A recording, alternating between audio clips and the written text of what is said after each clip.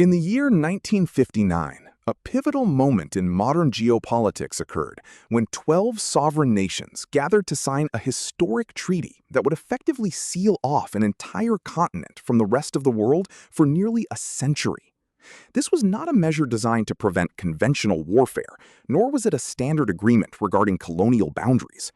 Instead, the primary objective was the absolute prohibition of mineral exploration and resource extraction. The Antarctic Treaty, as it came to be known, established a legal framework that forbids any nation from conducting commercial mineral surveys or industrial mining until the year 2048. This represents 89 years of enforced silence and inactivity across 1/10 of the Earth's land surface. However, the official narrative often omits a crucial realization.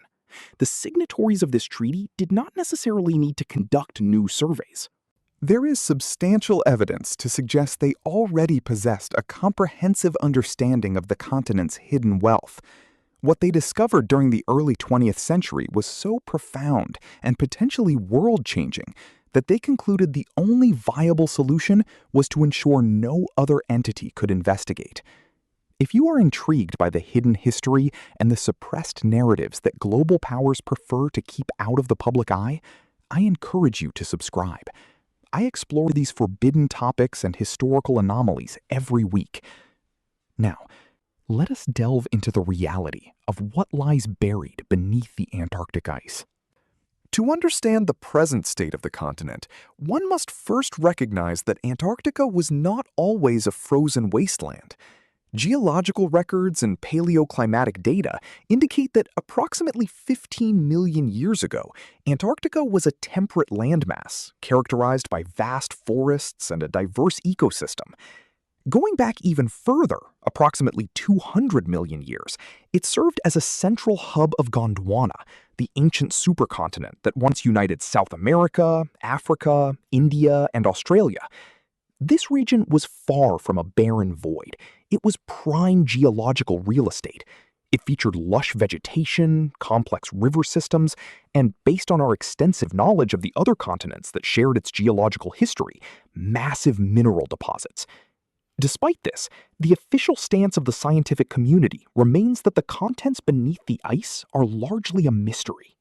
We are told that the technology required to survey beneath miles of glacial sheet is prohibitively expensive, technically unfeasible, and physically dangerous. However, these claims are increasingly difficult to reconcile with modern technological capabilities.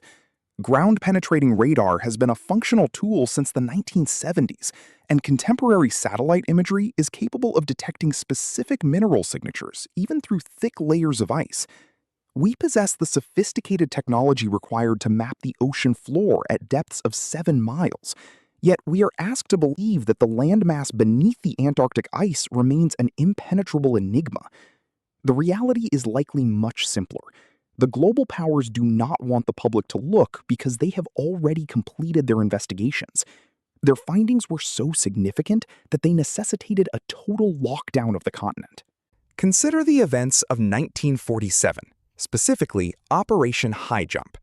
This was the largest Antarctic expedition ever launched by the United States, involving a massive naval task force of 13 ships, 4,700 personnel, 6 helicopters, 6 flying boats, and 2 seaplane tenders. This formidable armada was placed under the command of Rear Admiral Richard E. Byrd, a legendary figure who had already established a reputation for his daring explorations of both the North and South Poles. The official mission statement for Operation High Jump was the establishment of research bases and the testing of military hardware in extreme cold weather environments. This was the story disseminated to the public. Yet the timeline of the operation suggests a different reality. Operation High Jump was originally scheduled to span 8 months. Mysteriously, it was terminated abruptly after only 8 weeks. Upon his return to the United States, Admiral Byrd reportedly gave an interview to the press in which he warned that America needed to take defensive measures against the possibility of an invasion by aircraft that could traverse from pole to pole at incredible speeds. While these statements were later characterized as misquotes or the result of exhaustion, the transcripts of the era tell a different story. Furthermore, Byrd's personal journal entries, which were declassified decades later, provide a harrowing account of what his team allegedly encountered in the frozen South. Reports from the Chilean and Argentinian press at the time suggested that the expedition faced significant resistance, not from the harsh climate or mechanical failures, but from an unidentified force that resulted in casualties and a forced retreat. Upon his arrival home, Byrd was subjected to an intense debriefing by military intelligence that lasted several hours. The specific details of that meeting remain classified to this day.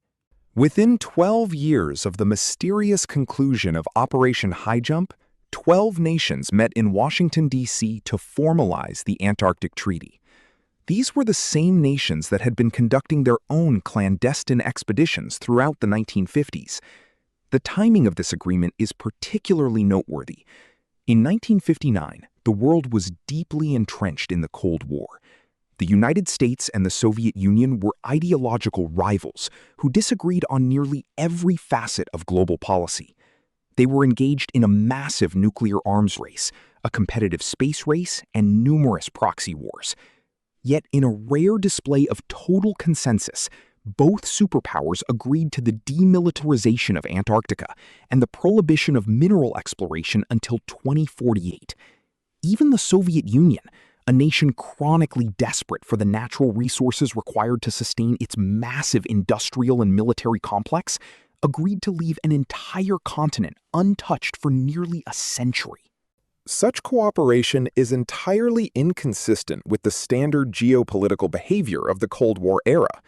The treaty itself contains several highly unusual provisions.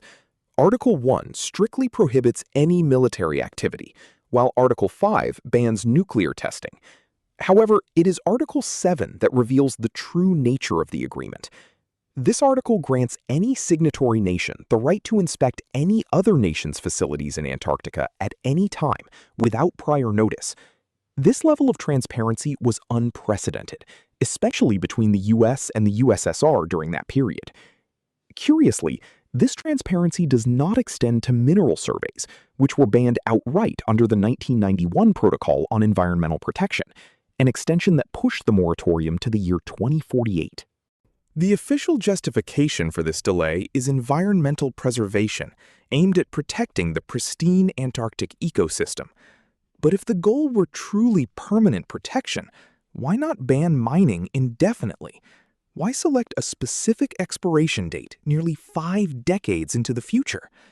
The most logical conclusion is that the architects of the protocol understood that by 2048, the global situation would have evolved.